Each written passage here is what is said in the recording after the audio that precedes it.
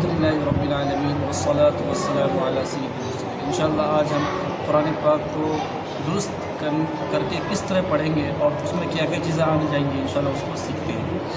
اللہ تعالیٰ ارشاد فرماتا ہے وَرَتِّلِ الْقُرْآنَ تَرْتِيلًا، کہ قرآن پاک کو ٹھہر کے پڑھو۔ انشاءاللہ اس آیت مبارکہ کے تحت کچھ اہم باتیں سنیں گے۔ سب سے پہلی بات یہ کہ ترتیل کے دو جز ہوتے ہیں، ایک تجوید اور دوسرا وقف۔ یاد رکھیں تجوید ایک ایسی چیز ہے جس کو ہم بسا اوقات جانتے بھی ہیں لیکن ہم اس کو عمل میں نہیں لا پاتے۔ انشاءاللہ آج اس پہ فوکس کریں گے۔ اور دوسرا وقف ہے تو آپ جو وقفے کے بارے میں سنے بھی ہوں گے اور کچھ نہ کچھ ادا کرتے بھی ہوں گے درست، جیسے وقف قبیح، وقف حسن، وقف تام اور وقف کافی، اس طرح کی جو دیگر اوقاف، اسی طرح علامہ ہوتا ہے وقف لازم ہے، وقف مرخص ہے، وقف مجوز، اس طرح بہت سارے اوقاف آپ جانتے بھی ہیں اور بسا اوقات آپ اس کو کر بھی لیتے ہیں۔ انشاءاللہ اس کو ہم ابھی فوکس نہیں کریں گے، فی الحال ہم تجوید کے بارے میں سنتے ہیں۔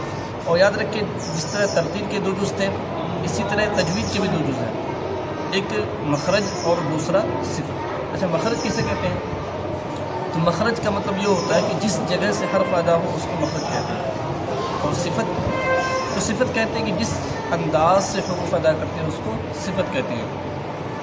تو یاد رکھیں ہمیں قرآن پاک کو تجوید کے ساتھ پڑھنا ضروری ہے، اس کے لیے آپ کو جاننا پڑے گا تجوید کسے کہتے ہیں۔ یا جان لیجئے تجوید کہتے ہیں کہ مخرج اور صفت کے ساتھ حروف ادا کرنے کو تجوید کہتے ہیں۔ یعنی اگر ہم قرآن پاک پڑھتے وقت مخرج اور صفات کو دھیان میں رکھیں گے تو ہم انشاءاللہ درست قرآن پاک پڑھ سکیں گے۔ اچھا یاد رکھیں کہ ہمیں قرآن پاک کو جس طرح ہم نماز میں جس طرح ہم عام طور پر قرآن پاک پڑھتے ہیں اسی طرح ہم نماز میں پڑھتے ہیں۔ اگر ہماری قرآن پاک یہاں خرابی ہوگی ہمارے پڑھنے میں، یاد رکھیں آپ کی نماز میں بھی خرابی آئے گی، آپ وہاں بھی گناہ گار ہوں گے، لہٰذا آپ کو تجوید سیکھنا ضروری ہے۔ تو اگر آپ تجوید کے خلاف قرآن پاک پڑھتے ہیں تو کیا ہوگا، وہ لحن میں آ جائے گا۔ اچھا پتہ ہے آپ کو تجوید کے خلاف پڑھنے کو کیا کہتے ہیں؟ تجوید کے خلاف پڑھنے کو لحن کہتے ہیں اور لحن کے ساتھ قرآن پاک پڑھنا منع ہے۔ اور بتاؤں آپ کو کہ لحن کی دو قسمیں ہوتی ہیں، لحن جلی اور ایک لحن خفی۔ بڑی غلطی کو لحن جلی کہتے ہیں، جیسے حرف کو حرف سے بدل دینا، اسی طرح حرکت کو حرکت سے بدل دینا۔ جیسے حرف کو کس طرح بدلیں گے؟ حرف سے، جیسے جہاں صاد ہے وہاں سین سے بدل دینا، جہاں ذال ہے وہاں ذا سے بدل دینا، اس طرح کی غلطیاں ہوتی ہیں۔ جیسے صراط الذین جو کہ سورہ فاتحہ میں، اگر اس کو کسی نے اس طرح پڑھ دیا صراط الذین تو یہ غلط ہو جائے گا، یہ ہے لحن جلی۔ اور جس طرح حرکت کو حرکت سے بدلنا، مطلب جہاں زبر ہے وہاں پیش پڑھ دینا، جہاں پیش ہے وہاں زبر پڑھ دینا، یہ لحن جلی۔ اور لحن جلی کے ساتھ قرآن پاک پڑھنا سننا دونوں حرام ہے، اور یہ اکثر ہم کر رہے ہوتے ہیں، ہمیں پتہ بھی نہیں ہوتا ہے۔ اور دوسری بات لحن خفی۔ تو لحن خفی کیا ہوتا ہے؟ لحن خفی کا مطلب ہوتا ہے چھوٹی غلطی، جیسے جہاں پر کرنا ہوتا ہے وہاں ہم باریک کر دیتے ہیں، جہاں اخفا کرنا ہوتا ہے وہاں اخفا نہیں کر پاتے، جہاں غنہ کرنا ہوتا ہے وہاں ہم غنہ چھوڑ دیتے ہیں، یہ ہوتا ہے لحن خفی۔ اور لحن خفی کے ساتھ قرآن پاک پڑھنا مکروہ ہے، سننا بھی مکروہ ہے، لہٰذا ہمیں اس سے بچنا ضروری ہے۔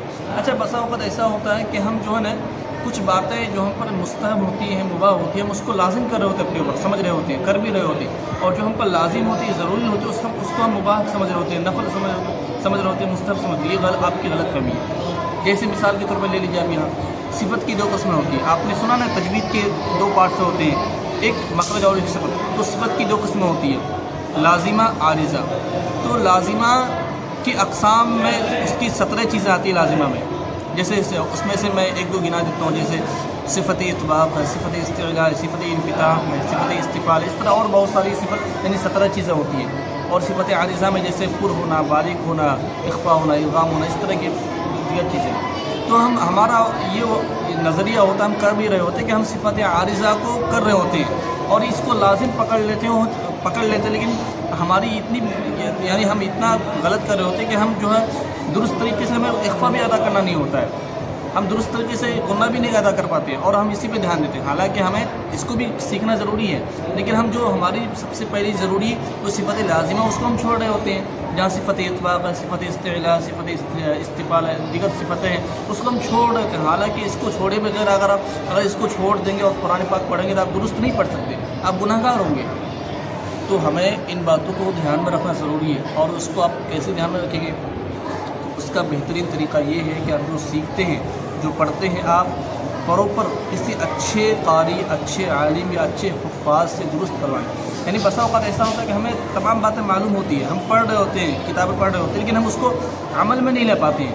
اس کی دو ہی وجہ ہو سکتی ہے، ایک سستی، دوسرا ہم کسی کے پاس مشق نہیں کرتے، ہم سوچتے ہیں کہ ہم ہی اکیلے کر سکتے ہیں، حالانکہ کچھ چیزیں ایسی ہوتی ہیں کہ جس کو آپ دوسرے سے بغیر سیکھے بغیر نہیں کر سکتے۔ لہٰذا اگر آپ کو بھی اپنی قرآن کو درست کرنا ہے، اپنی نماز کو درست کرنا ہے، اپنی آخرت کو درست کرنا ہے، تو آپ کو یہ چیزیں سیکھنا پڑے گا، یاد رکھنے کے ساتھ ساتھ عمل کرنا ضروری ہے، تاکہ آپ آخرت میں پکڑ سے بچ جائیں۔ اللہ تعالیٰ ہمیں قرآن پاک کو سیکھنے، سمجھنے اور درست پڑھنے کی توفیق عطا فرمائے۔ آمین بجاہ نبی رحمت۔ السلام علیکم ورحمۃ اللہ وبرکاتہ۔